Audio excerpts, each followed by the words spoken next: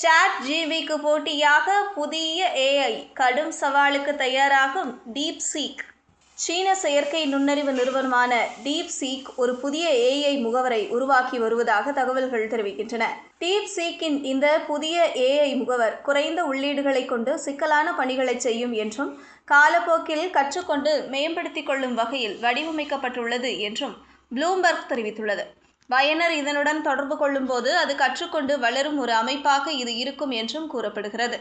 இந்த ஆண்டின் 4வது காலாண்டில் இந்த புதிய ஏஐ முகவரை வெளியிட டீப்சீக் நிறுவனர் லியாங் வென்ஃபெங் திட்டமிட்டுள்ளார்.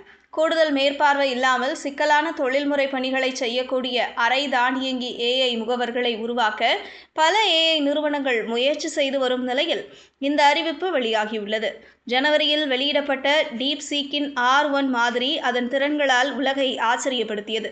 அமெரிக்க சிப் நிறுவனமான என்விடியாவின் பங்கு மதிப்பை கூட டீப்சீக் பாதித்தது.